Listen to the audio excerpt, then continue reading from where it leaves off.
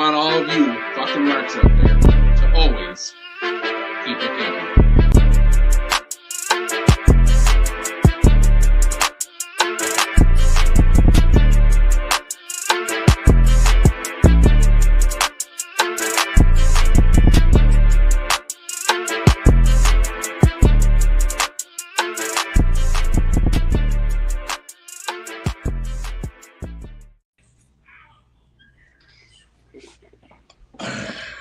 Well, who made that theme song, though? You know?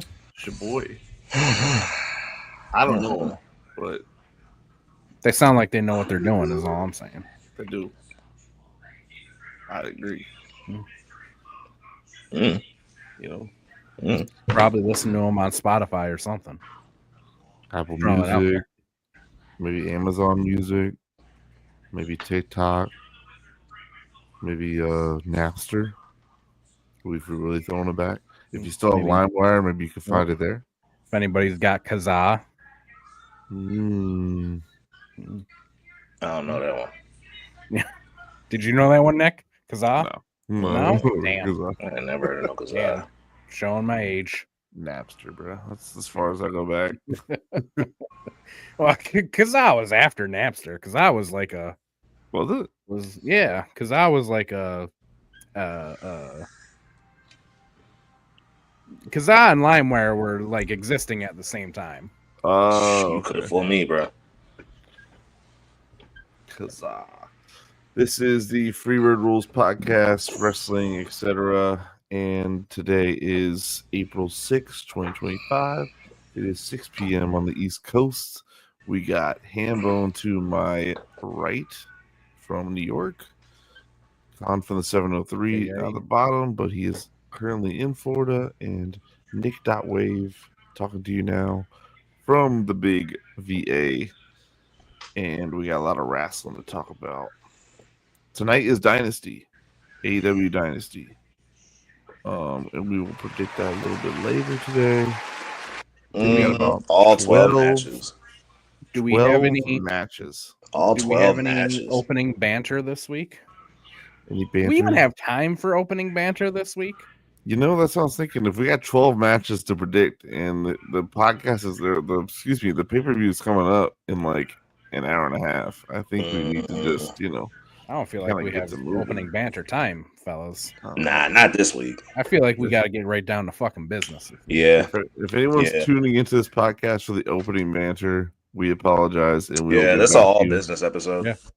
With the opening banter next week. If you come back next week, we might even give you double opening banter. Maybe make up for it. Let's talk about who opened the show this week in wrestling. He's mad close to his face. God damn. Right. Mad close. Right in his personal space. If I'm going to start this off, I'm going to say this. This set of promos was entirely better than the first two we've gotten. Yep. And it's by a long meter. Because these two going back and forth at each other was incredible. Wait. Did you think that the first two promos were bad? No, definitely not. Okay. But when you talk about leagues better than, that's what I would say. Because you think so? I think we got both of them. Yeah, I think you thought this was leagues better than the first post heel promo that Cena cut? Yep. Okay. Absolutely.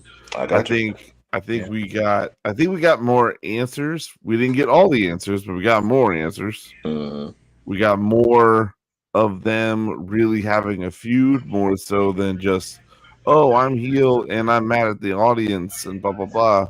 And it really became more about these two are feuding rather than it became more personal. It felt like to me, and a lot of times it's not necessary for a feud to really make you personal when someone just wins the Elimination Chamber and it's just for the title. It doesn't have to be exactly personal. But they made it pretty personal this time around. So I liked it. What say you guys? I mean, I agree with you. Way better than the last two Cena promos. Again, we still don't know why The Rock. But at least I would say after this promo, I am now interested. I was not interested before. I'm interested. Really? Yep.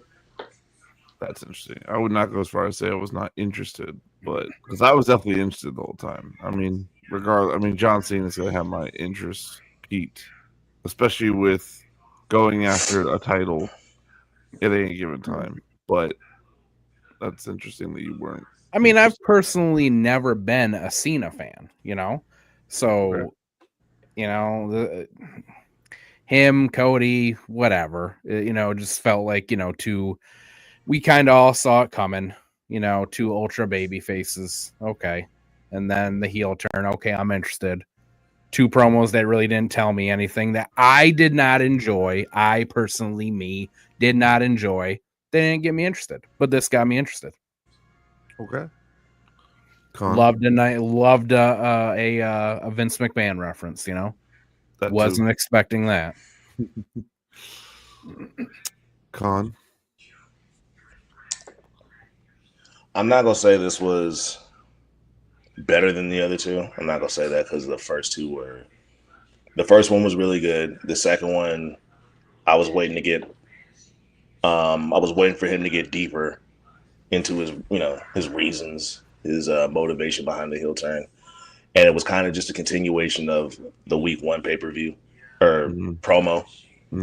But I will say that this one was my favorite of the ones he's been cutting since the heel turn, for obvious reasons. I just like the back and forth, and I've been complaining about the fact that Cody just doesn't seem to have a lot of smoke for these guys who disrespect the shit out of him, like The Rock and Cena. Like, he always just wants to keep it cute and keep it like PC, even after they totally violate him.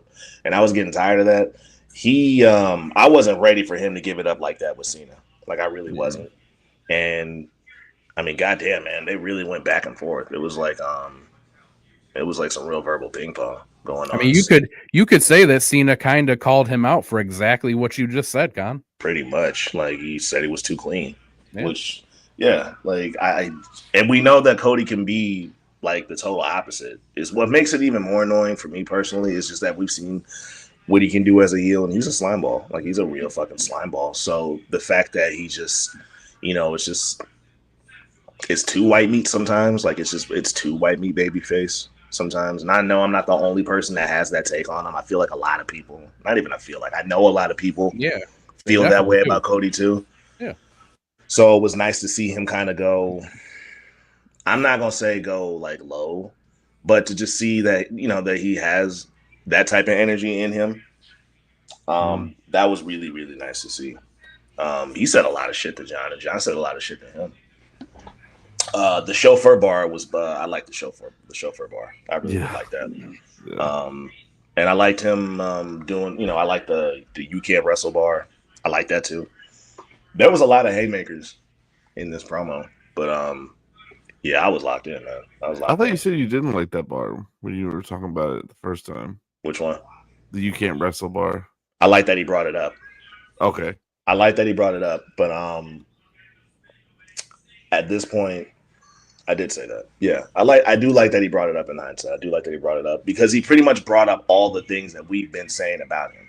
Yeah, that's what I like. I like that he brought up all the critiques that the internet has had about him. I do like. I was going to say you can not agree with it, but that doesn't mean that you don't like it. You know what I mean. I didn't like it. I didn't like it in the sense of it's like he heard those chants and he his response was the United States Open Challenge. You know what I mean. That was his response to it. So we've been established that he can wrestle. So that's what I didn't like about it. But I did like that Cody basically addressed that, like, hey, these are all the things that not just, maybe your peers have said about you, but like these are things that everything that he said about Cena, I've seen the internet say about him for, like a decade at this point, as I'm sure you have too, Am. So the fact that it was just cool to see that they've been locked in to, what the internet's been saying about Cena all these years. I like it too that he spun it in a way that made it personal to Cody, because it was like the internet says this stuff about you, but they've never said it about me, and that's why I really liked it, because it was like they've never told me that I can't wrestle. They've only said that about you. Yeah. And that was like yeah, that was what the I liked bar about to it. me. That's what that was the bar to me, because I was like, that's fucking like crazy that like that you can kind of use that against somebody. It's like they've never said shit like that about me. Like they only said that shit about you. In the beginning, he did disarm Cena by getting out all the things that you could say about Cody. Like I did like the way he kind of disarmed him a little bit, because I mean, I can't think of anything else. I can't think of anything that he left out. But I mean, he got right to it. His list, the Stardust shit, the AEW, like he got all out the way. Yeah. But I mean, John still had bars for him, so I mean, I guess it didn't really matter. He still had some AEW bars for him too. He still had some bars for him. He said I make billionaires rich, you just make their kids rich, or something like that. It was. I hated that line. Explain that bar to me, because I didn't. I don't really think that was a bar. Explain that bar to me, because I didn't understand it. Tony Khan is a child of a billionaire, not a billionaire. Gotcha. So that's what that is. So I thought that just kind of made John sound like a bootlick, though, to me. Like, oh, okay, bro. Like, yeah, a little bit, but for billionaires, all right, cool. Wait, why? Yeah. The way he said, I build empires for billionaires. Like, people, I don't know. I guess that all goes to your political leanings, I suppose. And shit like that doesn't sit well with me. I hear that. It is what it is, Okay. But yeah, say all that to say, I'm waiting to see what they do next week, and I still want them to address the Rock thing. Cody asked about it. Cody brought it up a little bit, but even then, Cena didn't really have any words for it or really addressed it. So it was kind of like now it is that John is kind of running from that question rather than we're just not bringing it up. Yeah, it does seem like he's kind of ducking and dodging it. Yeah, I was also happy that there was finally some physicality. Yeah. That too. All right, let's see what else we got here. Oh, Jesus. All right, can I start off here? Because I got something I want to say about this. Okay. So we all saw it. We've all read the reports. They went off script, blah, blah, blah, right? Yep. So a lot of people out there defending Charlotte. And I get it. Whatever. Tiffany's, brought up her divorces and all that stuff. What did she say about the divorce? Because I didn't hear that bar. What she say about the 0-3 bar at the end was about her divorce. Yeah. So she said when we leave WrestleMania, you'll be just like you are outside the ring alone. And then, which also your stats on that are 0-3, which it would incline that you have been divorced 3 times. Oh shit! Okay, yeah, that was the bar to me, and I was like, yeah, okay, yeah. So ate her up, and that was Tiffany getting her final word because she dropped the mic, left out of the ring. But my bad. What were we saying? No hand. My bad, man. So, a lot of people defending Charlotte. Why do you got to bring this into it? She was just on this talk show crying and talking about her past, all that good stuff, blah, blah, blah, whatever. I think I've made it pretty obvious that I'm not a Charlotte fan, right? I've talked about it before. But I think that I have also said many, many times that I believe wrestling is a variety show. And just because I don't like something doesn't mean shit. Somebody else likes her, other people like her, and it just ain't for me, and that's fine, right? But did anybody, because people were saying that Tiffany was wrong for saying that. Did anybody ever consider that maybe, you look back at Charlotte's past, that maybe Charlotte just isn't that good of a person? This is the 3rd time that I can remember her going on TV and being completely unprofessional. Yeah, I was talking about my barber. And well, actually, I'll take that back. This is the 4th time she's done it, because the 3rd time would have been the original split screen between her and Tiffany. She intentionally went into business for herself in that. She was unprofessional. Oh, did she? She went out of her way to make Tiffany look bad. Oh, I didn't know that. And this was her receipt for it. So wait, hold on. Went out there, she cooked her, my and that's what she gets for it. So that first promo they did with the split screen, she went off script with that. Mm-hmm. Oh, I didn't know that. Yeah, I had no idea. So that's that is the reason why I don't have any empathy or sympathy for Charlotte in this case right here, because the way you dressed down Tiffany and exposed her flaws as a damn, I didn't know she went off script. I didn't know. Y'all remember just a couple months ago when Charlotte had a match with Nia and slapped the fucking shit out of her and they almost fought?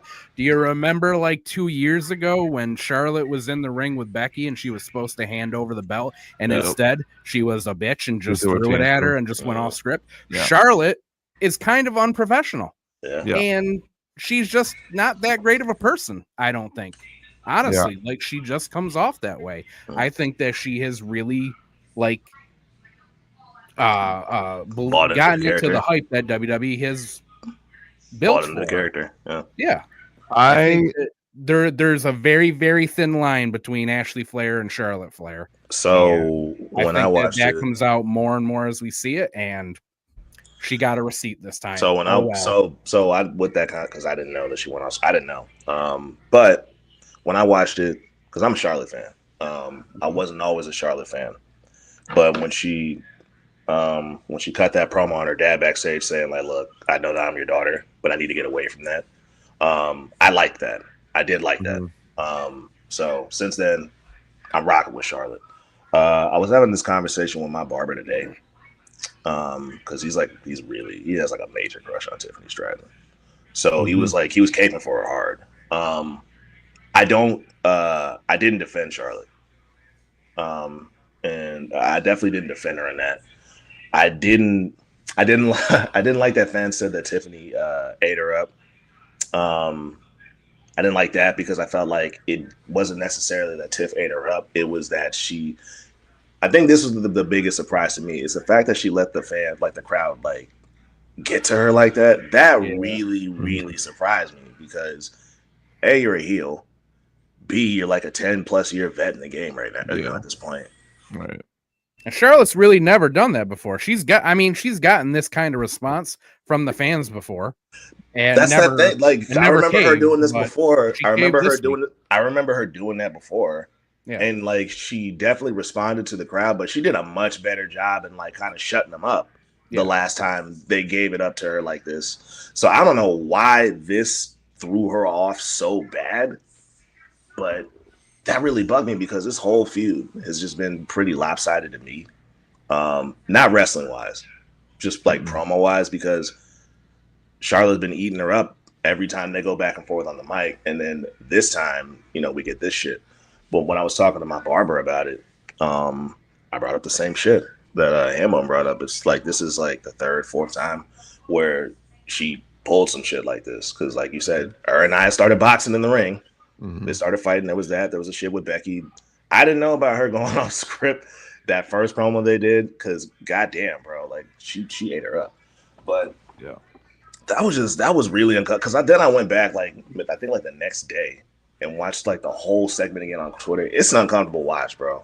Like I did not like her bringing up the Kaiser DM comment because it was just like, why the fuck would you say that? Felt very desperate. Like she knew she was losing, and it's the first time she's lost in this, and that was a desperate shot right there. I knew the play when she said it. I was just like, it was one of those things where I'm just like, bro, like you doing that? Like, it just looked like it doesn't look good no matter messy. what. It's messy. You know what I mean? Like I get the play. But like, what if she went through this man's phone right after that? You know what I mean? Because if I'm Tiff, like, why the fuck would you say that? You know what I mean? It was just weird. It was very weird. Man,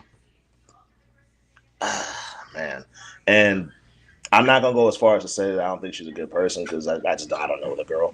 You know what I mean? Like I can't make that call. But I will say, this point in the game, you still doing shit like this, bro. Yeah. I don't know what that's about, man. I do, but I'm definitely rolling with him. But I think she's I think she's been sipping her own Kool-Aid for a hot minute now.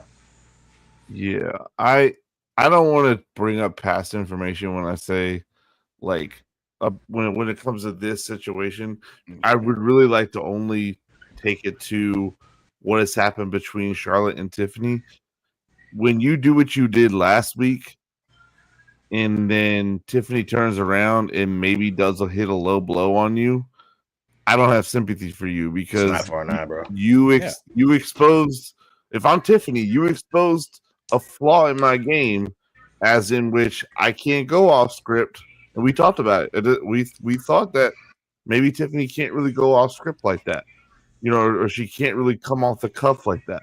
And you exposed that in that promo, and then when I at least whether I came off the cuff with that or not, or I prepared that for if you were to do something like that again, I learned my lesson, and I'm going to hit you with this, and it's going to hurt you, and it fucking did, because then you wanted to bring up my boyfriend and claim that he was in your DMs, so I don't have sympathy for you. I don't care that you were on a talk show last week crying about your divorces and everything else. I don't care why.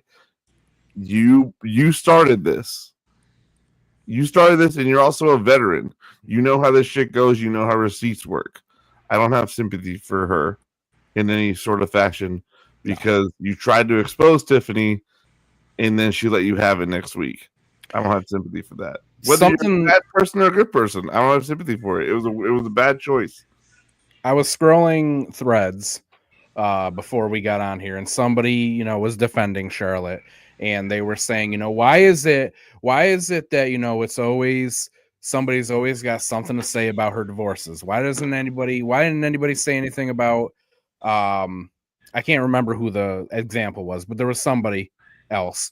And they were like, why doesn't anybody ever say anything about their divorces? Why is it nobody ever says anything about, the Usos, DUIs, and all this stuff? And in my head, I was like, do you know why? Because those fucking people don't go out on TV and act unprofessional like this. Yeah. That's why. Charlotte does that. She has done it over and over and over. Okay. That's why nobody goes low with them, because they don't do that shit. Hold on, she pulls this shit so she gets the receipts. Hold on. I'll do you one better. Besides that, because that's true. I agree. I agree. Yeah. I don't care about that, because it's a wrestling show, bro. If y'all cutting promos like that, anything's fair game. Unless one of y'all come up to the other one and say, "Hey, just don't bring this up." If Charlotte told her, well, actually, it don't matter. No, it don't. It don't matter. Yeah, I don't agree with that. In this situation, hold on. Let me land. Let me land. If Charlotte didn't go off script, and if Charlotte came to Tiff and said, "Hey, you can say whatever you want, just don't say that," we'd be having a totally different conversation. Sure. It don't sound like Charlotte told her not to say that. And like y'all said, Charlotte pulled it first, twice, 2 times now. I don't feel bad for the girl. Nope. But on top of that, another reason why I don't feel bad, and I hope I made that clear, that I'd never said that I felt bad for it. But another reason why I don't feel bad for it is because, again, this is like the 4th time that we've seen you do this on camera. Yeah. You're the only one that does this. Yep. You're the only one that we I can't get over the fact that you're a 10-year vet, and you've been a heel most of your career, and the crowd threw you off. That's been the biggest thing to me with this whole thing is, why and how did the crowd throw you off? You're a heel that's supposed to do that. That's the reaction you want. How did that throw you off? There was a similar situation when she came back this time around, where she came out to the crowd. It was before she had a feud with anybody or anything. Yeah. And she came out and was pretty open with the crowd, and then the crowd was still kind of booing her, and the internet was giving the crowd shit for it. And I was like, she's still a heel. Oh, yeah. I know. I think why is everyone feeling so bad for her? I remember the one you're talking about. Yeah, I remember that too. She was trying to do some she just stood there. Shit. She stood there and let him boo, and she was like, "We can just stand here as long as you want, right?" Yeah, that's the one you're talking about. Yeah. So I do think that there were a couple differences here. Especially in that case, she was out there by herself. Yeah. So, she can probably pull some shit there. Here she knows that, there's a segment to be done. We got to do, whatever. But more so than that, I personally feel, because I remember exactly what you're talking about, Nick, but I personally feel that this reaction that she got this time was a lot worse than she has gotten. Oh, for sure. I do think that a very, very, very large segment of the crowd is tired of Charlotte. And not in a you're a heel way, in a go away kind of way. Yeah. And I think that they were pretty unrelenting this time. You know what I mean? I think Charlotte kind of felt that too, oh shit, they're I don't think that they're going to let up this time, no matter what I do. So and that probably threw her off. So the fuck what? If Don can handle that shit, if Don Callis can handle that shit, why can't you? Sure. So fucking what? And you're the heel. Yeah. You're the heel. Yeah. You're the heel, and you. Yeah. We can move on. Yeah. No sympathy for. We can move on. That is my. Nope. The injury is bitten AW. Unfortunately, apparently there was some news earlier in the week about Orange Cassidy and Jay White, and then now it looks like also Mark Davis was injured in a match with Hobbs. I basically just wanted to bring this up if you guys A didn't know, and B that these guys are probably all going to be out for some time for all different reasons. And I love Orange Cassidy, so that sucks that he's not around. Jay White, at this point, I can give or take. Not that I don't want anyone injured. Don't get me wrong. It's just as far as a fan, like I give or take. I'm not really hip to Mark Davis, but it just seems it seems like stuff like this happens a lot. Where like when it's one injury, it's 3, it's 4, it's 10. Like so, it's just weird that there's always kind of like a pattern of like once I hear about an injury, it's like 3 more people are going to show up and have an injury.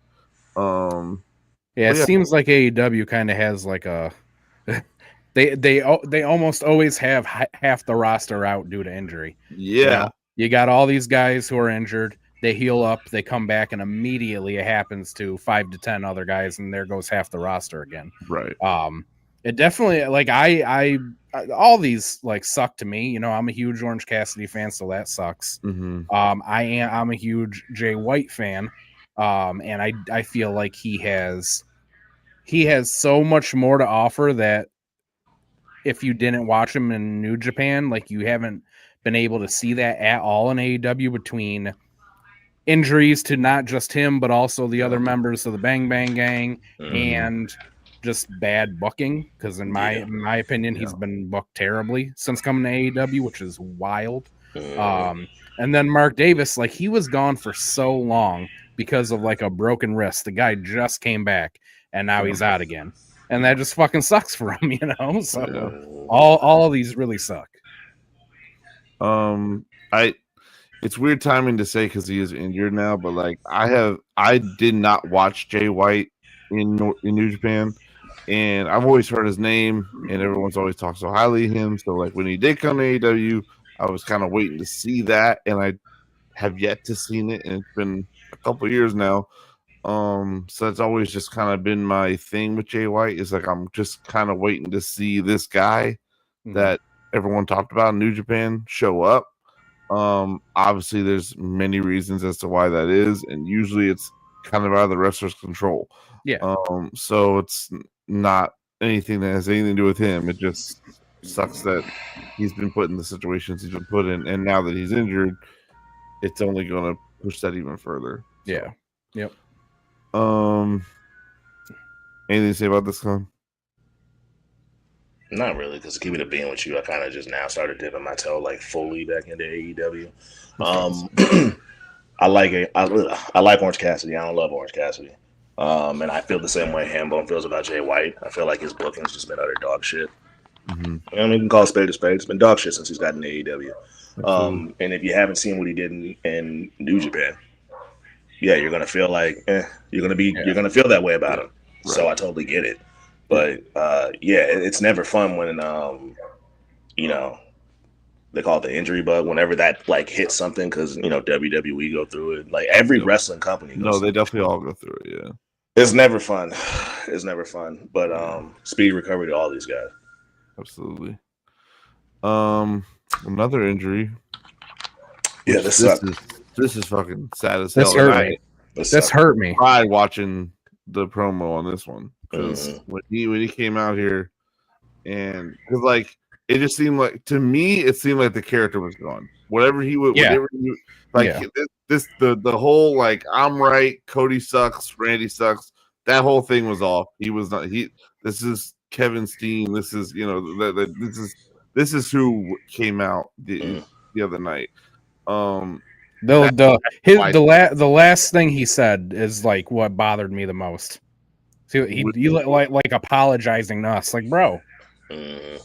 What are you apologizing to us for? Yeah, that's how I felt when Mox came back, after his rehab stint, and he was like apologizing. I was like, bro, you don't fucking know it's an apology. Yeah. Like, I don't want to hear that, man. Yeah, you don't know his shit, man.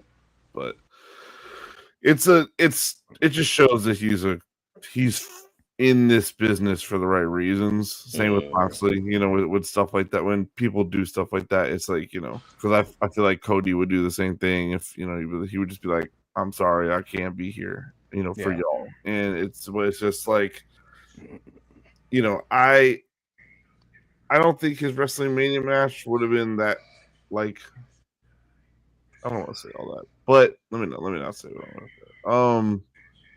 It sucks he's gonna miss WrestleMania. The timing is awful. And I mean, I'm sure he would have loved the Randy Orton fight, and I think he said that in the promo as well. And it's heartbreaking because, like, it's KO's always one of those people where we come on the show and we say, like, we don't look at him to really win a title or anything, but he's always one of those guys you want to root for, even though we know the company's not going to give him anything. Yeah. So that's why it really sucks. And also, it being a neck injury is like, it's up in the air. It could be years. It could be never. It's totally up in the air. And so that's really we say Big E all the time. I was about to say, look at Big E. We want Big E back so bad. And we just never really know if that's ever going to happen again. This one was a lot like Big E for me too, not just because I am such a big fan of both of them, but because they both are just genuinely good people outside of the ring. They're the type of people that I say all the time, we need more Big E's and more KOs in wrestling. So it sucks even more on top of that just to see shit like this happen to genuinely good people.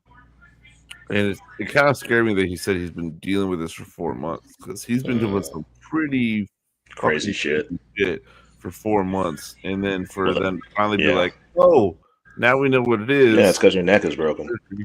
Yeah. So he said that he started having issues in like November. And they kept doing tests, but they couldn't find anything. They said that they saw like slight spinal stenosis, but they were like, we can see that, but you're fine. And then in January, he said he had a couple matches where he was like, I am not fine. Something is really wrong. The elimination chamber match alone really started looking into it. Good Lord. Yeah. He was crazy. So best wishes to KO. Speedy recovery, bro. Please. I mean, I'm like... And fuck that fan for whatever he said, too. I don't know what the fuck he said, but fuck him. Yeah, I caught that at the end. I don't know what he said, but that's bullshit. When this is happening, it's bullshit. Like, when he's the character, say whatever you want to say. It's part of the show, but... Read the room, dickhead. Yeah, read the room. I mean, that's really what it is. Read the room, dickhead. I hope we see KO again. I'll say that. Yeah. I really hope we do. Yeah. Yeah. Speaking of gruesome, this is a again, much like Cena and Cody, I was not interested. I'm interested now. Like, I'm interested now. This was graphic. This was much crazy. more graphic than I expected it to be. Yeah, licking blood kind of makes me. That should make my stomach turn. Licking blood. This was uncomfortable. That was. There you go. That's the right word. It was that shit was uncomfortable. It was a lot of blood. That was a whole lot. Gunter, by the time he actually walked out, I mean, he was covered. Do you watch LFG? I've watched the first 2 episodes. I have the other ones on my DVR. You gotta watch the Gunter episode, the last episode, without spoiling nothing. Well, I don't think I'm gonna spoil anything. So Gunter shows up, because they always got guys from the company showing up. So Gunter shows up and shits on all of them. Just totally shits on all of them. Yeah, I've seen the previews. And it doesn't look like it's very nice. One preview, I was like, he basically he basically spat on that girl. I think he told one girl I think it was one of the girls, there's nothing special about you, you're replaceable.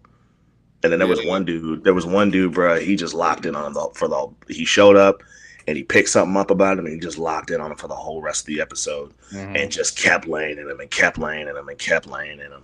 And it just kept getting to the dude and getting to the dude and getting to the dude, bro. Like Gunter is he one of them. he one of them. I haven't watched any of the show, but I just have a question about it. Is that dude that got into it at first with Bully Ray, is he still just being like a dick this entire show, or is he kind of chilled out? So as of right now, he's not on the show because I think he injured himself. Oof. But y'all know I listen to Busted Open. LaGreca asked him after the first episode, like, hey, like what's going on with him? If things cool down. And Bully was like, without like, he's like, I will say this. He's really like that. And nobody likes him. Evidently later on in the show, like him and Mickey James like really get into it because he just really pisses her off about something, evidently. But yeah, like he got injured in the last episode. He showed up. He kind of like they were working on like cutting promos, and he showed up, and no one expected him to show up, and he kind of just he kind of cut this promo where he shit on everybody, like all the contestants, and then he just dipped out. He just disappeared, and we haven't seen him since. Shit. And then the dude that they found as like his replacement, evidently they played football together beforehand, and they weren't fucking cool. Like evidently they got into a couple fights with each other beforehand. Yeah, so when they were looking for his replacement once he got hurt, he was one of the guys who was being considered for the replacement. And Bully asked him like, "What do you think of him?" And he didn't really say much about him. And then when Bully asked the dude after his match, he was like, "What do you think about him?" He was like, "We know each other. We don't fuck with each other. We boxed a couple times before." And then Bully was like, "Huh, all right, then I'm gonna pick him on my team." Yeah. That's good. I like the show. I like it. Yeah, it seemed like it was a really well thought out show. It's cool. I don't have A&E, so yeah, I get it. Does Jimmy have a WrestleMania match on his own, or is he as of right now he's just part of this? We're gonna see him though now. I mean, I think we're gonna see him. I would think you see something at least to be part of this in some capacity. Maybe he helps Jay win or something. I don't know. Or he just joins in on the celebration. Yeah, for sure. But this was crazy, yo. This was buck wild. I mean, after that slap, Gunther had to do he something. He had it coming. He had it coming, bro. Yeah. I don't know if it was all this, but he had to do something. He should have. Well, I mean, I can't speak for Jimmy, man. I mean, look at him. He's knocked out. But right, I'm to assume Jimmy knew consequences were coming as a result of that slap. Absolutely. Because he slapped the piss out of him. You sure did. Sure did. He slapped the shit out of him. So he should have known something was coming. Yeah. There's no way Gunther was gonna let that slide. There's just no way. But yeah, I didn't really care. You know what I mean? We all kind of knew that this was just like a vehicle to get the world title on Jay. Yeah. So, good for Jay, but it's WrestleMania, so take me on a ride. And they finally took me on a ride. So I'm locked in. It's true. All right. Let's see what else is going on. Yeah. Yeah, boy. It's cool, New champ. Although I will say I like his new name. That. His old name. What was that? You liked what? I like Ricky Saints better than Ricky Starks. I did not like it at first, but it's growing on me. Yeah. And I like how he flows better. He his reason. Yeah. Yeah, it makes sense. Being from Louisiana, New Orleans. Sense. Makes sense. Mm-hmm. Cool. I'm just, you guys know I'm a huge Ricky Starks fan. Ricky Saints, excuse me. And I did not feel that he was being used properly in AEW, so I'm just happy to see that he's being used well. I'm happy to see that they're confident enough to already take that title off of Shawn Spears and give it to him. Mm-hmm. That's the only reason I put this in here, was just because I just wanted to say that I was happy about it. So. Well deserved, bro. Well deserved. Yeah, no, I also agree with. I think Ricky was a little too. There was not enough room for all of Ricky in AEW. I'll say that. I think there's a lot of personality and He a lot of screams sports talent there. entertainment. He Yeah, screams Yeah, sports there's entertainment. a lot of he's talent the there guy that who just fits more in doesn't fit. WWE. Yeah, and he could have thrived in AEW, but it's just, and he did things, and it's not like he wasn't doing anything. When they gave him the ball, bro, he fucking ran with it. Yeah. Every time they gave him the ball, he knocked it out the park. Yeah, and so he needed to be a starter. You know, he was playing, you know, third down, fourth down when he should have been the whole game. You know, that's how I'll put it. But yeah, so shout out to that. Which title is this? I don't know. The North American Championship. Amazing, good for them. That's dope. I thought this is interesting because I haven't heard much about this. I thought he was probably already done this. That Darby Allin's going to start his Mount Everest climb here in about 9 days or so. And it takes 2 months. How many people have completed this? I mean, I want to say a good amount, but like there's way more people who have not completed it. Oh yeah, sure. Yeah. I've heard the stories. Jesus fuck, holy shit! Like literally, like when Darby goes up there, he's gonna run into bodies. Like that's how that shit works. Like when there's bodies on Everest. Yeah. Like because people don't come back down. And that's so fucked. Yeah, it's a weird thing, dude. It's just a weird. Like that exists, like you know what I mean. Like there's just a mountain full of dead bodies somewhere, you know. It's and we're not pulling them down. No, why? No one's going up there to get them. Not going up there. There's no reason to. Yeah. But your loved one died on Everest. I don't know. Beats me. Have a closed casket, I guess, because there ain't gonna be nothing in it. I will say though, I do have a lot of faith in Darby Allin doing stuff like this, just because he's crazy enough to do it. But I just thought this was cool information. I got so what has he been doing for months then? I thought the whole point was preparing, that I guess. What is there to prepare for? Didn't he get hit by a bus? You're gonna climb, bro. Well, no, he got hit by a bus and it came back. Yeah, he got hit by yeah. He got hit by a bus like 2 days before a match one day. Yeah. And he still showed up. He still showed up. No, so I mean, I think you have to like practice like certain techniques. There's got to be some type of training to do that shit. Yeah, there's something. I don't know what exactly it is because I don't know. You know, there has to be because people die up there. So some sort of etiquette. I don't know what it is either because I have this thing where I just don't do shit like this. Yeah, like if there's a possibility that it's like a high possibility it's gonna kill me, I'm not gonna do it. No, you stay. I'm not gonna climb a mountain. I'm not gonna skydive. I'm not going out in the ocean. Just not gonna do it. Yeah. I just remember when they first started talking about it, people were like, "Why is he doing this?" And I'm like, "Because he's fucking Darby Allin. Yeah, because he's fucking crazy. That's why. Does. This man would jump off the top of the arena into glass if you let him. Yeah. Why does Darby do any of the wild shit he does? Yeah. Yeah. Same reason. Best of luck to you, brother. Best of luck, Darby. I can't wait to see you come back. Brother. Yeah. Owen Hart tournament stuff is starting to happen. Looks like a lot of that stuff starts tonight. I think there's 3 matches. Oh, I'm locked in. I'm locked in tonight. I'm locked in. I know that. I know 2 of them are tonight. There's 2. The Ospreay and Kevin Knight and Mark Briscoe and Kyle Fletcher is definitely happening tonight. Yes, Ospreay and then Kevin cook. One women's one, Mercedes versus Julia Hart. Gotcha. Yeah, I thought we were specifically talking about. No. Sorry, there's 3 total of both genders. Ospreay and Kevin Knight's gonna go fucking crazy. I think so too. It's gonna go fucking crazy. I always like seeing Mark Briscoe out there. I like the way he fights. I don't know what it is. I like Mark Briscoe. Yeah. Mark Briscoe, another guy who's not been used well in AEW. No, but I think they've done him a lot of justice of they made him the world champion. Things with him. Yeah.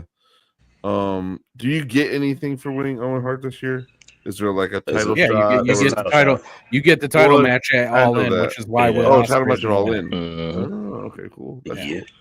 So Will Ospreay's winning the tournament this year. That's pretty clear. All right. So what about the women's? I don't even know who all the people are. Let me look here. Yeah. So we got Jamie Hayter, Billy Starks, Thunder Rosa, Chris Stat, Julia Hart, Mercedes Monet, Harley Cameron, and Athena. I think they definitely want that merch. Athena and Mercedes is happening tonight, correct? No, Mercedes and Julia is happening tonight.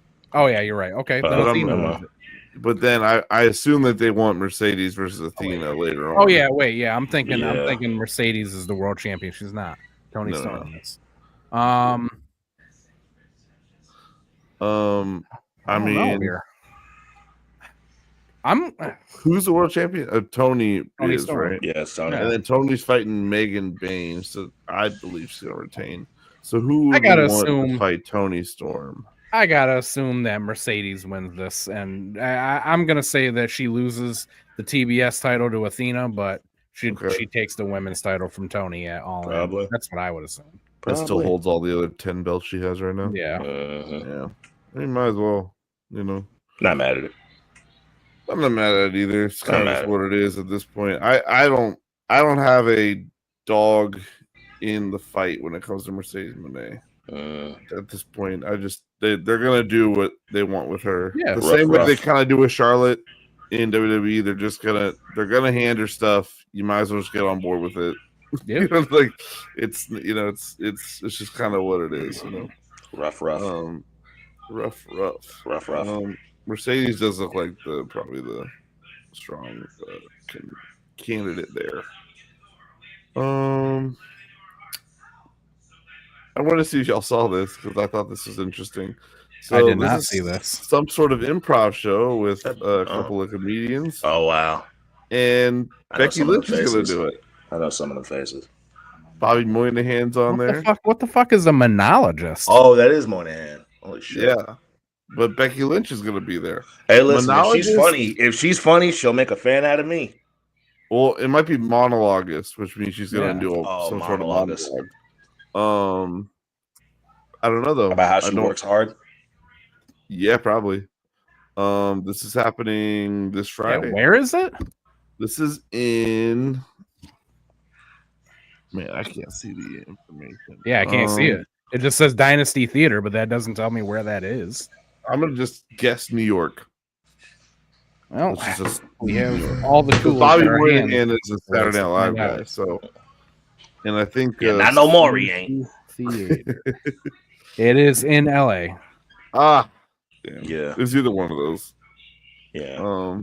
Well, I just thought this was really interesting to see because I didn't know why this was popping up on a wrestling thing the other day, and I just see Lynch staring at me, and I'm like, why is this happening? Bobby Moynihan is funny as shit. Bobby Moynihan, I love Bobby Moynihan. Very fucking funny. Also, the chick in the bottom right, Lisa Gilroy, she's on something I watched called like Keep Calm or something like that, and she's really funny too. Paul Shear's funny as shit too. Paul Shear is funny. Paul Shear's funny as hell, and a wrestling fan. Oh, is he? He's a big wrestling fan. A big wrestling fan. Yeah, I just thought this was interesting to see. I would like to see what happens. I wish I was in LA to go see it, but if you're in LA, go see it. It's LA. It's LA. LA. Pete, my goat. Is that a real photo? Yes, it is. Oh, that's real. Yeah. Oh, that's totally real. I thought somebody photoshopped. No, I've seen a billion that's how angles the thing of looks now, bro. Wow. Goatee and gray hair. Wow. I don't know if y'all knew that he's doing like one last tour run where he's wear the face paint. This is the last year that he's doing autograph circuit, and then he's done. Damn. I mean, he might do more stuff, but he won't have face paint. That's kind of been the big deal here. Yeah. So he's gonna come out as himself, but he's not gonna wear the face paint any longer. Okay, that's a real picture. But he said, "Fuck it, I'm gonna grow the beard out though," and I fuck with it. I fuck with it. I kind of wish he wrestled with that beard on. I don't like it. That's cool. You don't like it? It's making me uncomfortable. I like it a lot. It's not what I'm used to, and I don't like it. That is a conservative view. Okay, bro. Friend. Deep breaths. Deep breaths. It's okay. Right. Bring back the old Sting.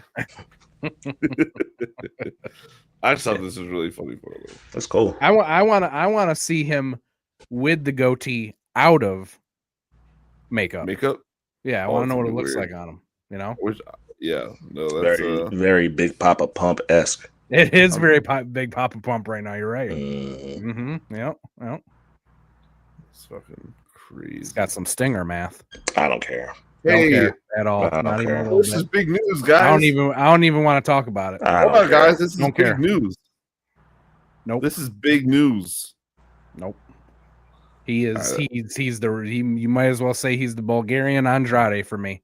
The guy just keeps Basically. popping up. He can't get over anywhere. And Basically. guess what? He's the problem. I don't care. I never got the hype. Change your character. I mean, might have Never got that. a more of a problem. That's what I say about Andrade too. Maybe you go through a character change and you won't be so. I don't annoying. know. I still wouldn't care. Still wouldn't care. I feel like whatever time he had came and went. Don't give a fuck. I don't know. That's the most non-news I've Don't ever give a fuck. seen all week. All right, it's time to make some predictions. Damn, we didn't even talk about the favor. We didn't talk didn't bring about up the Hangman and Favor. Swerve. Did I not put that stuff in here? I guess not. I texted I him thought to you. I did put the Swerve thing in here. Wait, I hold on, swear I man. put- Because like my hold on. Let me. Oh, we're losing Con. There we go. You good? Yeah, I don't know. My connection got a little weird for a Oh, second. weird. You did Yeah, let's some talk about the quotes favor about- because yeah, we should probably talk about the favor. Yeah. So, I don't have an image for it, but if one of you guys want to introduce it, please. Yeah, so since I don't know when Punk first started talking about this favor, I don't remember, but you know, for a while now, he's been saying that Paul Heyman owes him a favor, and Friday night, Punk finally decided, you know what, I'm gonna come clean. I'm gonna let y'all know what this favor is, and you know, this favor ended up being, you know what. I feel like I'm not really telling the story in a really epic way. Ham, why don't you go ahead and take the wheel? So the favor, you know, we're all wondering what the favor is. We think that the favor is that, you know, Heyman gets the triple threat into the main event last week, which is what we heard. And Punk, the very last thing that he said before SmackDown went off the air last week was that's not the favor. So we've all been wondering what's the favor. There's a lot of fan theories. I was thinking maybe the favor is he wins night one, he gets into the world title picture of night two. But this week came and he revealed that the favor is that Paul Heyman will not be in Roman Reigns' corner for the triple threat match. He will be in CM Punk's corner for the match. You want to hear something funny about that, Ham? Sure. So we were watching that episode and, you know, in the Wrestle Chat. And after the first segment that Punk had with Heyman, I said, yo, what if the favor is that Paul is in Punk's corner at WrestleMania? I said that in the chat. And my boy Aaron, shout out to Aaron, was like, I feel like that'd be too simple. I'm like, you know, which I'm like, well, that, when you think about it, not really, because like going to Roman Reigns and saying, hey, I want this fucking guy that your tribal chief who's been like, you know, close to your family for generations, who's been following me around the last 4 years. I want that guy to be in my corner, not yours. That's a crazy ask. Yeah. That is a crazy ask. Lo and behold, Punk starts going into what they talked about, you know, when Heyman left. And he got right down to it and said, hey, look, the favor is that at WrestleMania, I want that guy in my corner, not yours. I like that he told Roman, I'm going to take you out your comfort zone. I like that he told him that. It just, I mean, just little tiny things like that are just like a testament to how really good on the mic Punk is. Because it doesn't sound like he's cutting a promo. It sounds like he's like genuinely having a conversation with you. And I really liked that he told Roman that. But, you know, holy fucking shit. Because I thought that the favor was going to be revealed at Mania. That's what I thought it was going to happen. I don't know what's going to happen at Mania now. Oh, but I will say this, because I feel like I know what you're about to say, Hambone. I'm inclined to believe that that's probably going to come true now. Yeah. I'm inclined to believe that now. As soon as you said that, I was happy that I got that and I made that call. But I was like, you know what, bro? Because such a small detail, like Seth sitting back and laughing at the whole thing, even after all that, I'm like, you know, because Punk is the one guy that Seth cannot maintain self-control around. You know what I mean? He comes unglued every time he's around him. You know what I mean? Just last week, he was bitching and complaining that he was in the main event. The same main event that he's in. You're in the main event of night one and you're complaining, right? So to go from that to sitting there, like it felt like he knew something that the rest of us didn't know. Yep. You know what I mean? That's the calmest I've seen Seth Rollins around CM Punk since Punk's been back. Yeah. So I mean, Seth said it himself, right? He was like, last week, I was real upset about it. And at this point, I've just kind of accepted it. Yeah. Well, why have you accepted it, Seth? Why'd you accept it? Because for the whole, they've been feuding for more than a year, or about if you want to get technical about it, since Punk came back. Because remember, he came back, the video afterwards with Seth freaking out about him being back. And Punk's been back for like a year, 2? Yeah, a year and a half at this point. Year and a half, and bruh, like you bring him up even when no one's talking about him. So to go from that for a year, to go through a year and a half of that to I accepted it. Why? And then when you in the ring with him, bro, you're smiling, you're laughing. So when I saw that, I was like, you know what, bro? As much as I don't want that to happen, Ham might be right, bro, because we already got what the favor was. You know what I mean? That we already got the reveal. Something's gonna happen during that triple threat. It's not. I don't think it's just gonna be a clean 1, 2, 3, and then we move on. I think some big shit's gonna go down. Yeah. And Paul, which is crazy that nobody ever thinks about this. Paul Heyman is notorious for flipping on his clients. Sure. He's notorious for that, bro. But not only that, if you think about it too, okay, so we get Paul in Punk's corner. Say, Paul, screws Punk and helps Roman win, or go the other way and say Paul screws Roman and helps Punk win. Right? Everybody's gonna go, okay, well, that makes sense. They have history, no matter how he does it there, right? It makes sense that he has history. Roman's got history with Punk. But what's the more surprising, bigger thing that's actually going to get people talking? He screws both of them and he goes with Seth. Plus, that's the twist. Plus, who gets more traction out of the win? You know what I mean? Roman wins, and then what happens? Maybe eventually he goes after the world title again, right? Or Punk wins. Maybe he does the same shit. But Seth, as much as I don't like him, he ain't really been winning when it counts as of late and for a while. So if there's anybody who can benefit from that win the most at this point, who has the most to gain, I would say it's Seth. And there's been a big disconnect with Seth Rollins for a while for a lot of people. You know what I mean? Some people like to sing the song and they like that he wears the goofy outfits and he comes out doing the bullshit Joker fucking routine. Other people, like myself, are like, I don't get the character. I don't know how we got here. It doesn't feel like him. Right? Because he's the cool fucking silly ass fucking great value Joker until somebody cooler walks into the room. And then that whole fucking bit disappears. Paul might be the guy that helps him get who he really is out. Yeah. And I think also putting Paul with Seth gives more reason after WrestleMania to continue having both Punk and Roman going after Seth. Definitely. If Punk or Roman win here and Paul goes with either one of them, it's just okay, all this is over then. We're done. We got to move on. You can only take it so far with those options. You can only take it so far. There's a lot more. There's a lot more lanes you could take it should Paul link up with Seth, if that's what's going to happen. Yep. So to further that, if that's, kind of, something we joked about on the show at first because we thought Khan's disdain for it would be really hilarious. Yeah, I don't like Seth, but I'm getting on board with that idea if that's what's going to happen. So I just want us to maybe spitball here. Why do we think Paul does that? What is Paul's motivation behind getting with Seth Rollins? The things that we just said about him, Paul could probably feel the same way. Okay.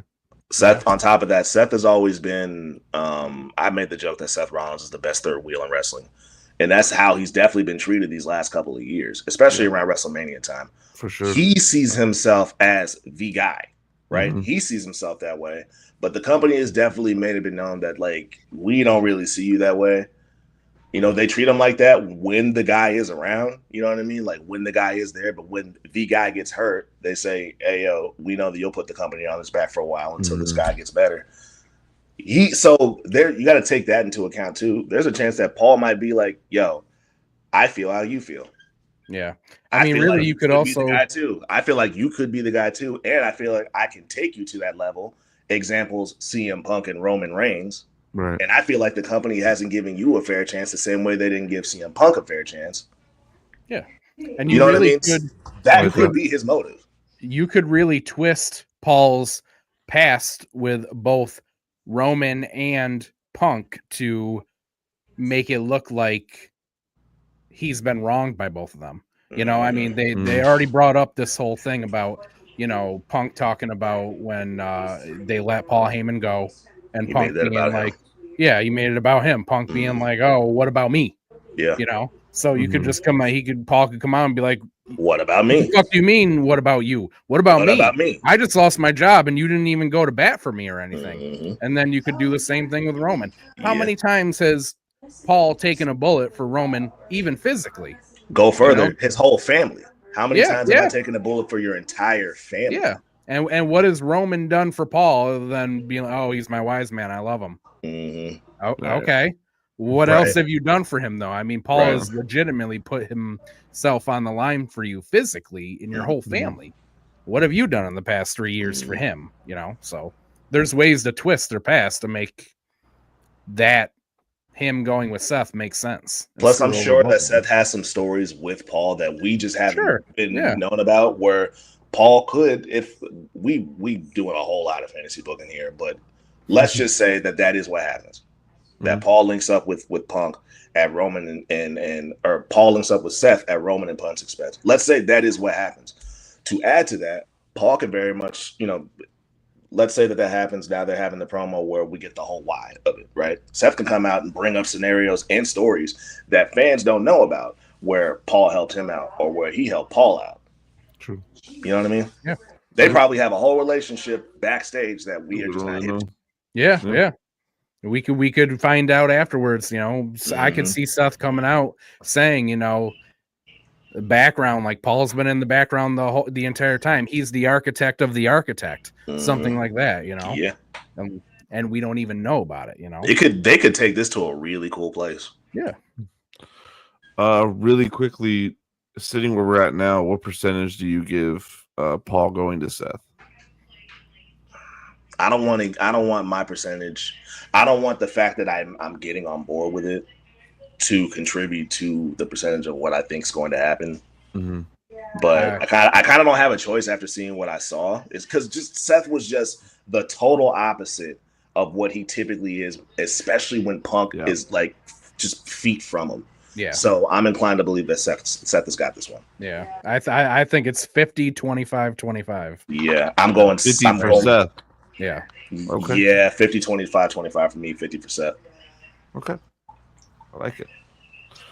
What was the other thing? Hangman and Swerve. All I'm going to say about that, I'm just going to say it real quick because I feel like we need to get to predictions, you know, especially with Khan watching live. All I'm going to say is that I did not expect Swerve to say, I know. That totally when Hangman said, you deserved it, and he said, I know. I didn't expect that. I loved how Hangman sold it. Like, oh shit, I didn't. He totally disarmed him. He was fucking totally dumbfounded. He didn't know what to say. Did not know he was going to do that. That puts a really good twist into the continuation of this story that, you know, we all, because the boring thing would be they just keep fighting and Hangman keeps screwing Swerve, whatever, you know. But I think it's more interesting to see Swerve trying to get redemption and how he's going to go about doing that. I will say this too. This is one thing that I think AEW does well when they want to do well. They do a really good job in taking multiple storylines and finding a way to intertwine them. because I almost forgot about. I thought that they were like. I know that Hangman did say that, like, you know, I will make sure that you never get another world championship, but it's wrestling. So I didn't think that they were actually going to circle back to that. When Swerve went to go find Mox after he put Willow out, and Hangman showed up, I liked that. You know what I mean? I like continuity in wrestling a lot because a lot of times, man, wrestling will just totally dead a storyline and act like it didn't happen. Yep. But they brought that back. For all of AEW's faults, one thing that they do really well is reward us as fans for paying attention. A lot of their payoffs, man. Like, I really like their payoffs, but I like that they took that story in the midst of the story with Mox, because one thing we've been sat here and said that, like, we don't know what the fuck's going on with the Death Rider shit. I'm not in the story. This shit that happened with Willow added a layer to it that definitely made me be like, all right, I'm definitely tuned in now, because that was just, I mean, I'm ready to fight Mox. I'm ready to fight Mox. You know what I mean? So adding that to the story that he had with Swerve, right? Already adding they took that and added that factor into there, and then they brought back the Hangman shit. I didn't know that fucking Swerve was going to take accountability like that. That threw me off. And to see Hangman, like Ambo said, to see it totally disarm him, and for him to, I did think that the fucking security looked goofy as shit showing up, but seeing Hangman be taken aback by that and then totally abandoning whatever plan he had when he showed up, for him to just walk back out, that was job well done on AEW on that. Yeah. They did this past episode, the Going Home show for Dynasty, I thought was a fire episode. I agree. Really did. I thought I don't think that Collision was, but Dynamite was a great go. Dynamite was fire this past episode. That was probably their best Going Home show they've had in a while, in my opinion. Yeah. Amazing. With that said, let's get into the talk of the night. Let's didgeridoo it, buddy. I'm sure at this point in the show that probably one of these matches is already live. Probably. I mean, I'm about to put it on my phone. phone. Two Check it out things real going quick. on, but let's start with this. Nick Wayne and Crew, which I didn't know they had a name. Prediction. That's only been like 2 weeks, I think. I think like this week is the first. Is that Action Andretti? Refer to them as that. Yes, him and Leo have been together. Right. Yeah. Okay. I knew that was a thing. Yeah, I forgot about that. And then AR Fox and Top Flight. Hambo, what'd you say? Nick Wayne and Crew. That's going on right now. It's going on right now. Yep. I think that's got to be the winner, because Nick Wayne is the only one in this match who actually has a storyline that's like appeared on, the shows. I mean, the feud between Top Flight and Crew, there's not much. I don't feel there's not much meat there. There's not much meat. Not much meat there. But whatever Nick Wayne is going through that he's going to bring to Christian is going to tie into him inserting himself in matches. Definitely. Con, you say Wayne? I'm going Wayne and Crew. No, not to make it sound so, not to sound like I'm shitting on them, but like Fox and Top Flight don't really got nothing going on. That's kind of my only reason for picking Nick Wayne and Crew is that they don't have much going on. Sure. Not really. This fucking asshole. TBA. Hey, whoever TBA is, that's what I'm picking. It's gonna be a real cool surprise. It's gonna be a real cool surprise. It's whoever that is. I'm gonna make a prediction on who it is. Okay. All right. I could be wrong, obviously, but I'm gonna say a debuting Josh Alexander. Walking weapon. Yep. Oh, he did sign. I'll give you double points, Ham, if it works out. If Ham get that, give him double. Yeah. I'm just picking TBA. Whoever the fuck shows up to fight Max Caster, that person's winning. Yep. I ain't gonna lie, man. Hambone been smoking it with the predictions, like the Seth Rollins one. I hated it because I hate Seth, but when we were talking about it, I was actually getting pumped up for it. And I totally forgot about fucking Alexander. So I hope that's what happens. And Nick, if it does happen, bro, I hope that you lock in. Well, we got to see how he gets booked in AEW, but I hope you pay attention to his matches, bro, because Josh Alexander is fucking him, bro. He's from Canada. TNA.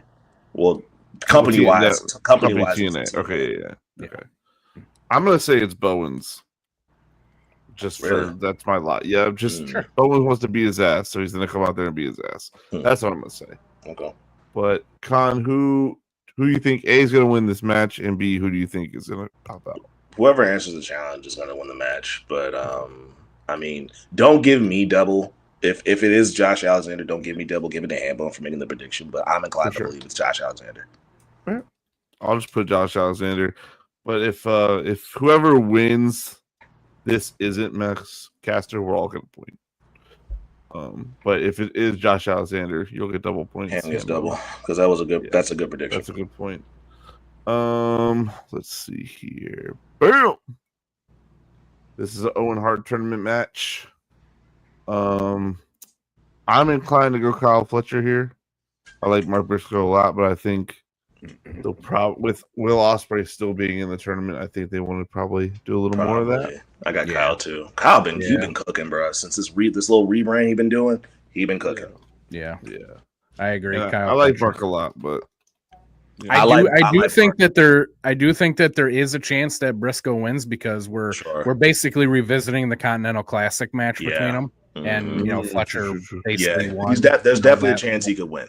Yeah, but I'm still going with Fletcher. I think he's higher on the card right now, and they have bigger plans for him. There's more gas for Fletcher, in my opinion. Yeah. That's kind of my only reasoning for that as well.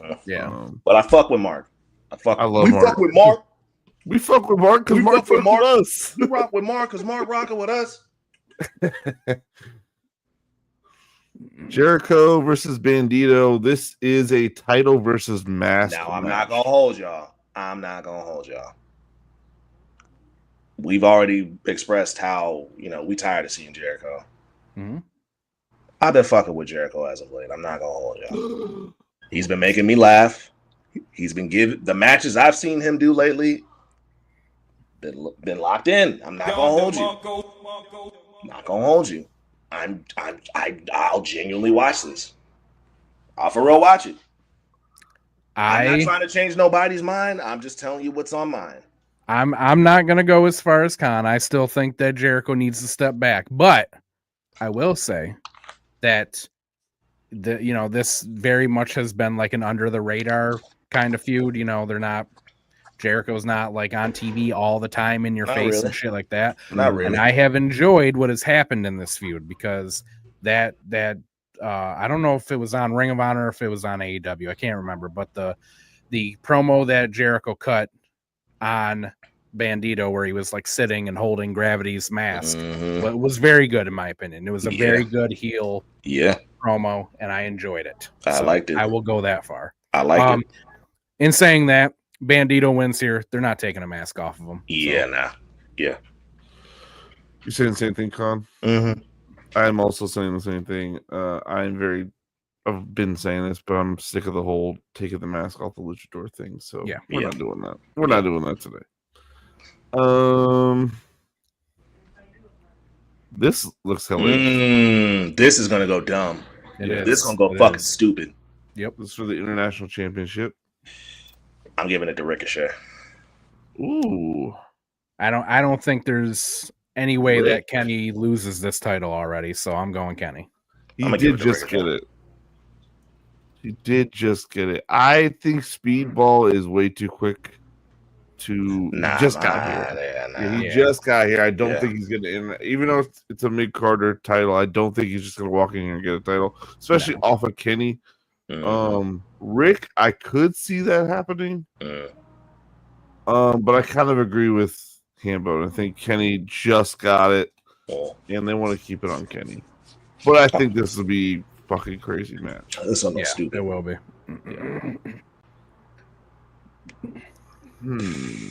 This one is real 50-50 for me. Yeah, because there's a number of ways this could go. Yeah, I mean we've been seeing a lot of the dissension, between FTR and just between each other, and then also Dax with Copeland and all that. But I am going to say that I do think they win here. I think that, like, if they don't win, like, who the fuck are taking these titles off of Death Riders? One, right? But two, I also think that you can, this whole dissension thing, you know, you can get more legs out of that if you give them these titles. Yeah. You know, and draw it out a little bit and have little things that happen here and there during their run. You can really draw that storyline out more with them having the title than simply losing here and Dax is pissed off. Because Dax already told him last time, what he said, he was like, you know, after we win, we're gonna talk. Yeah. That's gonna happen, and that's gonna happen on camera, in my opinion. Yeah. And it's gonna be more interesting if they have a belt on their shoulder than not. While they're going through this. So you're also saying rated FTR? There's more, in my opinion, there's more you can do with rated FTR winning this than the Death Riders retaining. So I'm gonna go with rated FTR, because on top of that, Death Riders have had these belts for a little minute now. So yeah. I'm personally going to say Death Riders. And I'm saying that to say, I think that will probably keep the dissension between rated FTR. I like what you guys said about it, though. I think the dissension probably does have a little more, like, you know, meat on the bone if they do have the titles. But I think them losing this might be like more of a spark for them to have more tension. That also being said, I think the Death Riders hanging on to the titles and Mox potentially losing his might start some tension between the Death Riders. Good. Because I feel like the Death Riders' whole mission is to be on top. And if Mox isn't on top, why are these champions following this guy who doesn't have a title? You know, so that might start some tension there. Maybe. So I'm picking Death Riders there. Okay. Cole. This should be good. Yeah, Cole. I think Adam Cole wins it tonight. If Adam Cole doesn't win this, like, what the fuck are you doing with him? Like, what the fuck are you doing with him? For real, man. Yeah. Listen, and Danny will be all right if he loses. He'll be all right. He is one of the young guys that AEW is real invested in, and that's all good. I think title reign of his has been boring. I don't think that there's. I don't think that they did. He's again one of these people that AEW did not pull the trigger on when he was at his hottest. I think we're seeing that in this title reign. So I think it's time to before you make a decision. There is a no time limit and there is no outside interference. So no Undisputed Kingdom, no anybody, no 2.0, no nothing like that. It's you guys still picking Cole? Yeah. Yeah, I think I'm also picking Cole. I think the same thing. It's like if you're not doing anything with Cole at this point, and I've lost interest in the Undisputed Kingdom as a whole, to be honest with you. Been lost interest, man. Lost interest. You gotta do something with Cole at some point. My thing with Undisputed Kingdom is, where the fuck is Taven and Bennett? They're not injured. They just took them off TV and said, "Nah, we're doing Undisputed Era now." Yeah, like we just kicked out of the Kingdom. It's Undisputed Era just again. Booted them out. Like, what? No explanation, no nothing. I was actually interested in seeing all 5 of them together as a group, but we ain't getting that. We ain't getting it. And for no reason either. Just because Kyle O'Reilly's back with them, off TV. Right? Huh? O'Reilly's back with them, right? Yeah. I forgot about that, but yeah, Adam Cole's got that one. Hurt Syndicate. Yeah. And I want Hurt Syndicate to win. Yep. I think Big Bill and Brian Keith. They're growing on me. I'm not even gonna hold you. They're growing on me. But I got Hurt Syndicate winning. I think as much as a lot of people have hated the learning tree gimmick, I think that it really got Brian Keith was on TV for a while before AEW signed him, and people just kept going on about how good he was and how good he was. And I'm like, I'm not seeing anything. Like, he's fine in the ring, but he's not doing anything amazing. And okay, he's a bounty hunter. Like, all right, whatever. Yeah. But he's really been able to show like his personality with the learning tree, and that he's like actually entertaining and funny. So I think that this has been good for him. Yeah, I agree. I think everybody has become a fan of Big Bill since he came to AEW and cleaned up. I think his that's life and why shit. I'm starting to kind of cool off on Jericho and like why the learning tree doesn't get on my nerves as much, because I'm seeing what it's doing, particularly for Big Bill and Brian Keith. I'm seeing what it's doing for them, and I think it's working. I think with Jericho losing tonight, though, I think that's the breaking point. I think Bill and Keith afterwards, even though they're going to lose, they're going to be like, "You're not a champion anymore either. What are we listening to you for anymore?" And I hope that doesn't happen, because again, I had made it clear from the beginning I wasn't rocking with the learning tree. Like I just didn't get it. I really didn't get it.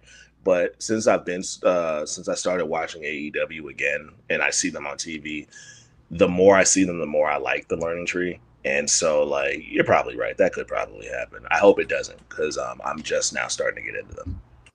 Being together specifically. Mm-hmm. But I got Hurt Syndicate.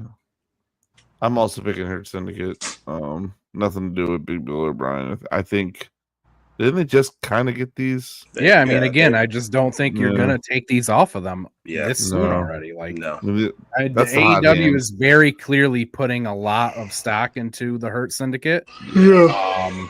And I also think, I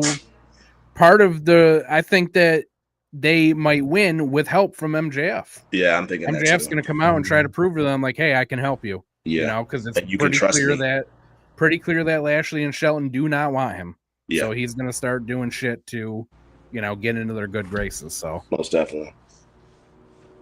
Give me 1 second, you guys. Mm-hmm.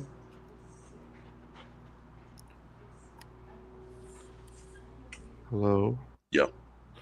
My headphones are about to die. Oh boy, that would have sucked. Okay, yeah, we all picked Hurt Syndicate there. Yeah. This is gonna go crazy too. Gonna win the whole thing, in my opinion. So Osprey's gonna be. I got Osprey. This is gonna cook though. Yeah. Sorry. I'm not a huge fan of Kevin Knight, or at least I haven't been in the past. But in the past couple weeks, I've seen a little bit of heelish tendencies coming out of him. And I'm like, oh, maybe you're a little bit more interesting than I've seen before. Because everything I've seen before was like his nickname is the Jet, and that's just kind of corny to me. And he was like in a tag team with Kushida, and Kushida bores the shit out of me. So it just never did anything for me. But now he's off on his own. He's starting to show a little bit more personality. So I'm like getting into him a little bit more. But the match itself is definitely going to cook. The match is going to cook. I actually like the Jet nickname because for people who don't know, Currency is like one of my favorite rappers of all time.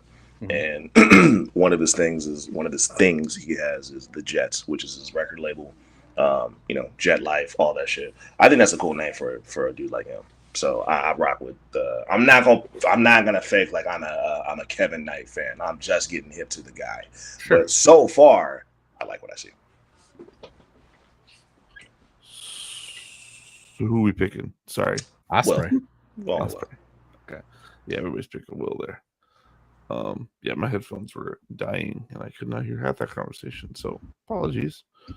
We're a professional podcast over here. Nothing ever craps out on us. Nope. Mercedes Moné, Julia Hart, Owen Hart, women's tournament quarterfinal. Yeah, Mercedes. Yeah. Not really much to say here. Yeah, ain't no way. Sorry, Julia, but ain't happening.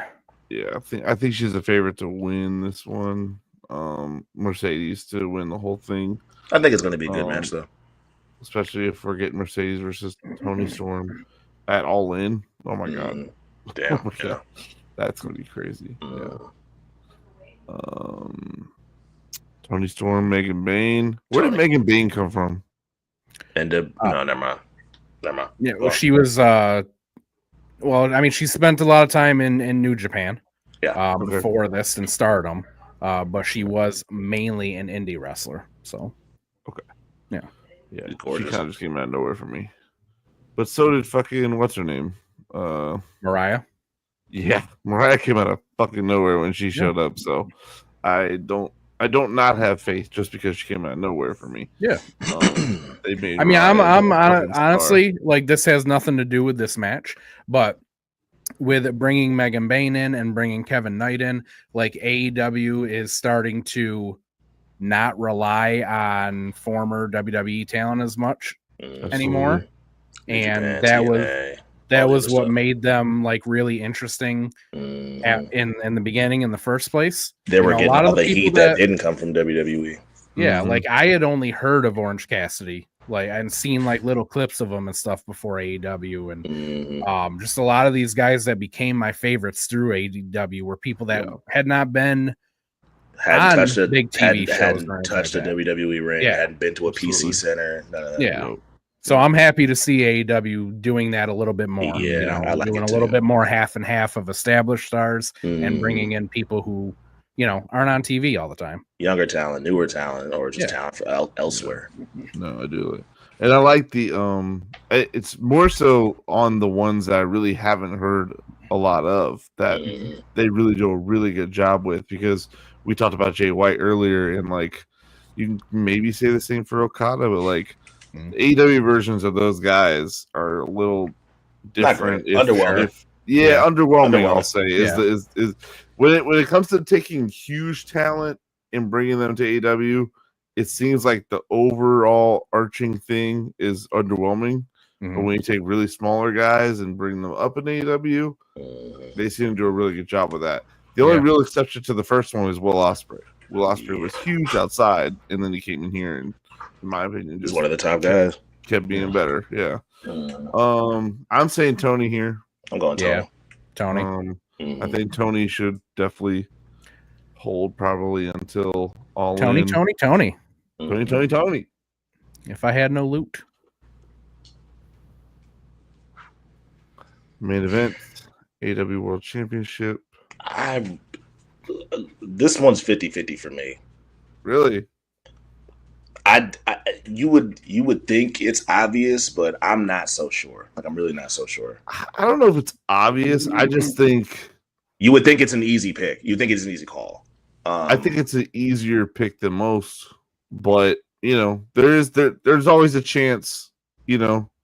Moxley's one of the I don't want to say golden boy of AEW, but he's always a safe pick to keep cornerstone. Cornerstone. That's a better word.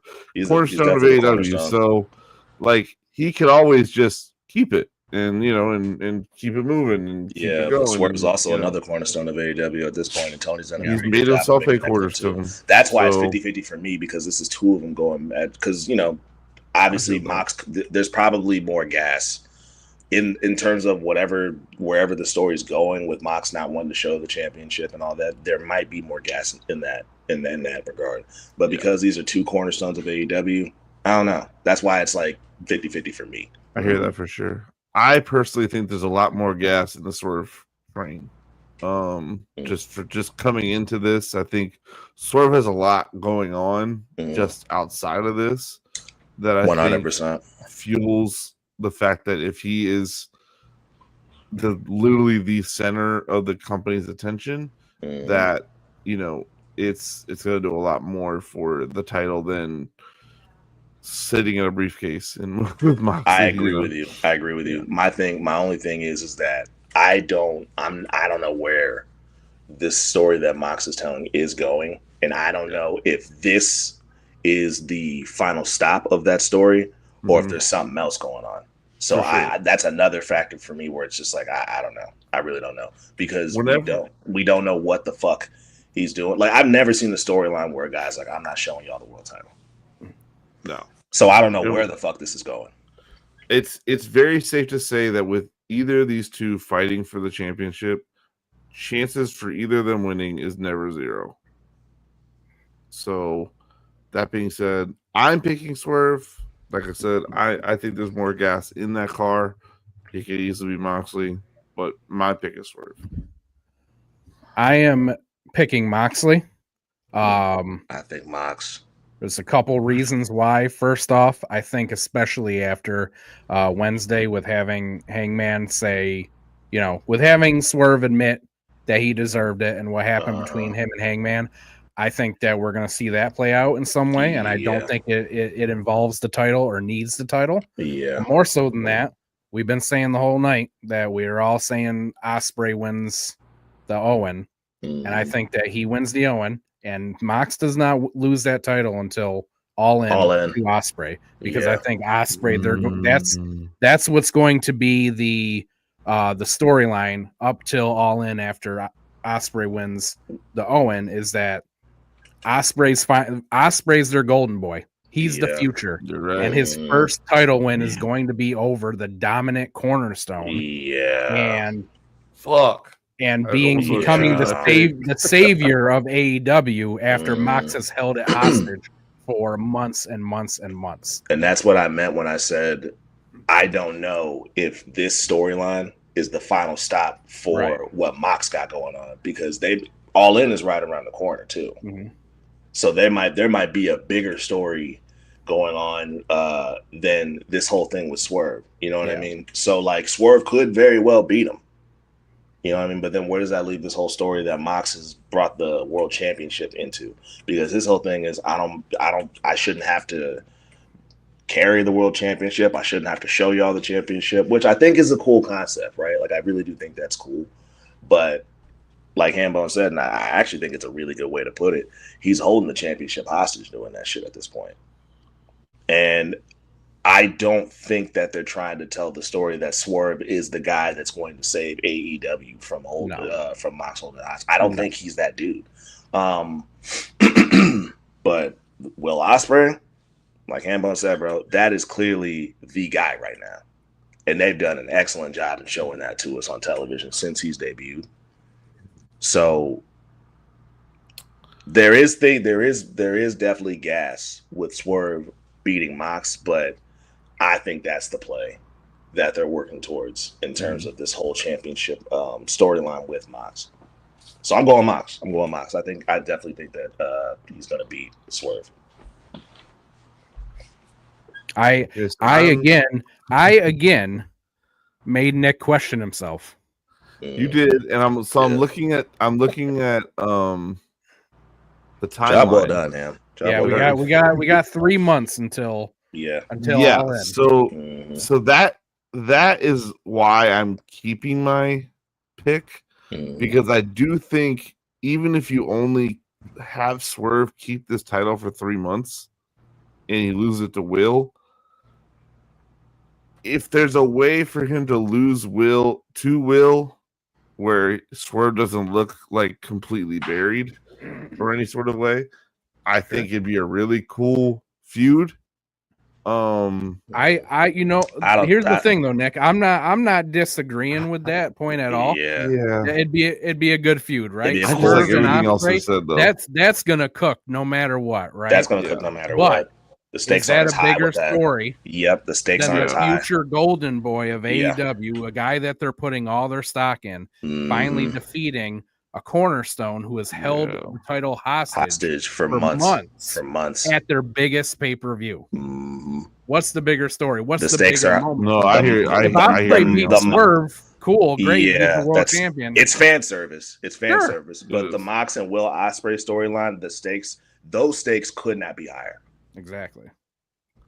I'm gonna stick to my guns. I'm gonna stick with Swerve again. I think that's. I don't know. I have a feeling, and I'm gonna hold on to it. But I do like everything else said. I think there's a lot more at stake or higher stakes. The stakes are higher, and that's definitely like a higher profile story in my opinion than Will and Swerve locking up. You know what I mean? Because that just sounds like because I agree with you, but that more so sounds like it's coming from a place of personal preference and fan service. Not the fan service part, no, but just the way Ham broke it down. The stakes are at its highest in the Mox Ospreay scenario. Yeah. No, I agree. But I'm gonna stick to my guns. Sure. Which we'll see. Respect it. Yeah. Not matter. That's pretty much it, y'all. That's 7:30. Yep. Who won? We're done. Who won the first match? Because I'm assuming that's over by now.